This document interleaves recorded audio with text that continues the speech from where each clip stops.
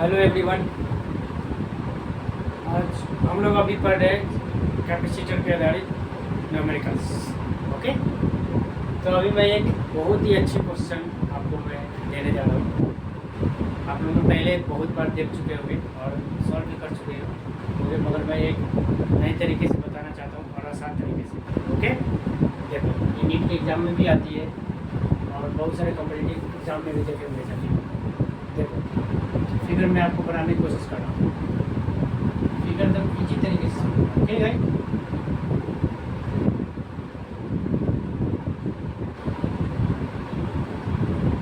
तो मैं बड़ा फिगर ही बना ताकि आप लोग को समझ में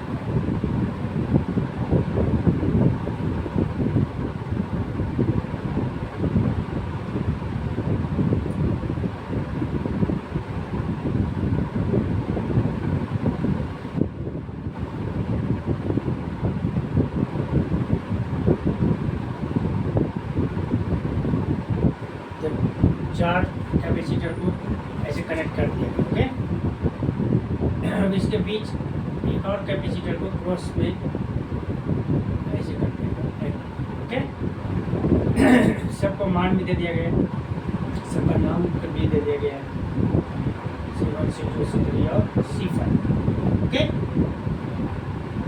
अब सबका वैल्यू भी दे दिया गया। ओके, ये है 1 माइक्रोफैराड, ये 2 माइक्रोफैराड, ये 2 माइक्रोफैराड, ये 2 माइक्रोफैराड, ये 2 माइक्रोफैराड।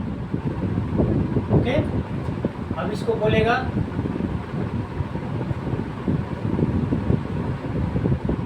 पॉइंट ए और बी, पॉइंट ए और बी, पॉइंट ए और बी, ए और बी के बीच टोटल कैपेसिटेंस निकालो। ओके, कोई घबराने की जरूरत नहीं है, ठीक है। एकदम आसान तरीके से मैं आपको बताने जा रहा हूँ।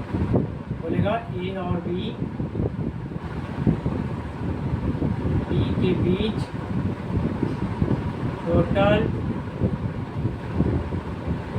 कैपेसिटेंस का वैल्यू डालें, फाइंड करें।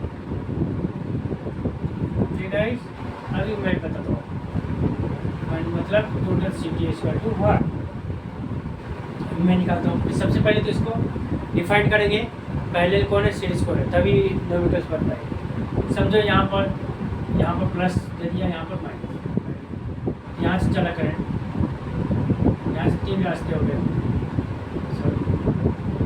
ओके, यहाँ से चला, यहाँ पर फोल्ड कर दिया गया था, फिर यहाँ पर ये देख रहे हैं हम लोग, फिर यहाँ पर ये इसी करते हैं, मतलब देख रहे C2 और C3, C4 एंड C1, ये दोनों क्या है आपस में सीरीज में, ये दोनों आपस में सीरीज में, C1 और C4 और C2 और C3 भी सीरीज। तो पहले क्या करेंगे, सीरीज को सॉल्व करेंगे। ओके, बारी बारी से, स्टेप बाय स्टेप। पहले तो ऊपर वाला करते हैं, C1 and C4 in series,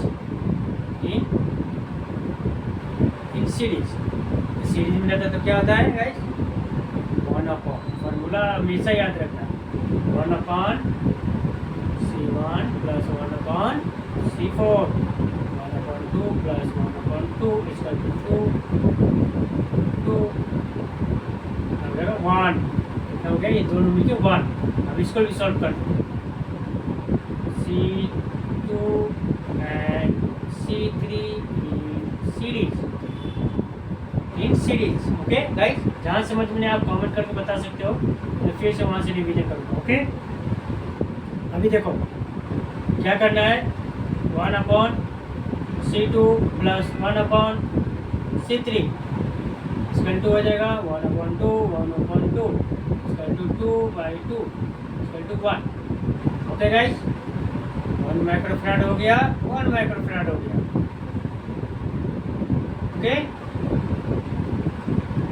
अभी हम लोग को दोनों का वैल्यू आ गया। अब देखो फिगर है कि इसका कैसा फिगर होगा, ये दोनों मिलके 1 हो गया, ये दोनों मिलके 1 हो गया। अब इसका इसका देखो कैसे होगा, तीनों का देखो यहीं पे ज्वाइंट है लास्ट, वैसे ही करेंगे हम। देखो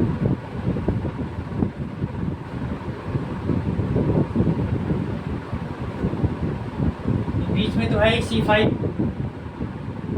ये दोनों मिलके ये बन गया, ये दोनों मिलके ये बन गया, ठीक है। ये हो गया 1 माइक्रोफैराड, ये हो गया 1 माइक्रोफैराड, यहाँ वैल्यू दिया हुआ था देखो, यहाँ से मैंने लिख दिया C5 भी है कितना 1 माइक्रोफैराड, ठीक है। तीनों दे दिया, तीनों का पॉइंट कहाँ लास्ट है, यहाँ पर, तीनों का लास्ट पॉइंट कहाँ है, यहाँ पर, अभी जोड़ देता वैसे।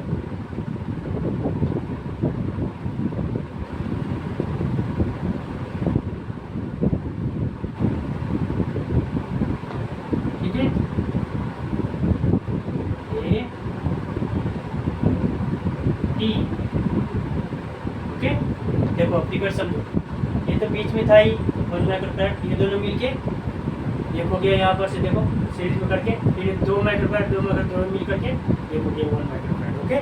अब तीनों क्या हो गया, पैरेलल हो गया, देखो यहाँ से चला तो 3 लाइन हो गया, तीनों का फर्स्ट पॉइंट यहाँ पर, तीनों का सेकंड पॉइंट यहाँ पर, तीनों क्या चीज़ में, तीनों का पीछे ना पैरेलल हो गया। अब पैरेलल का क्या फॉर्मूला है, डायरेक्ट जोड़, डायरेक्ट जोड़ दो, क्या हो जाएगा 1 टोटल CT इसका टू क्या हो जाएगा 1 + 1 + 1, तीनों 1 1 1, कितना हो जाएगा 3 माइक्रोफैराड, कितना हो जाएगा गाइस 3 माइक्रोफैराड, ये हो गया फाइनली आंसर। समझ गए, ये हो गया फाइनली आंसर 3 माइक्रोफैराड। आपको समझ में आया होगा, अगर नहीं आया होगा तो मुझे बताना कमेंट में, मैं फिर से बताऊँगा इसको। ज़्यादा से ज़्यादा लाइक करो, शेयर करो और कमेंट करो कैसा लगा, और दोस्तों को भी शेयर करो। और आईडी जो कर रहे हैं उसके लिए तो स्पेशल है, और जो नीट की तैयारी कर रहे हैं और फिजिक्स वगैरह ये सब का, उसके लिए बहुत अच्छे हैं क्वेश्चन, इसको अच्छे से पढ़ो और मुझे बताओ कैसे लगा।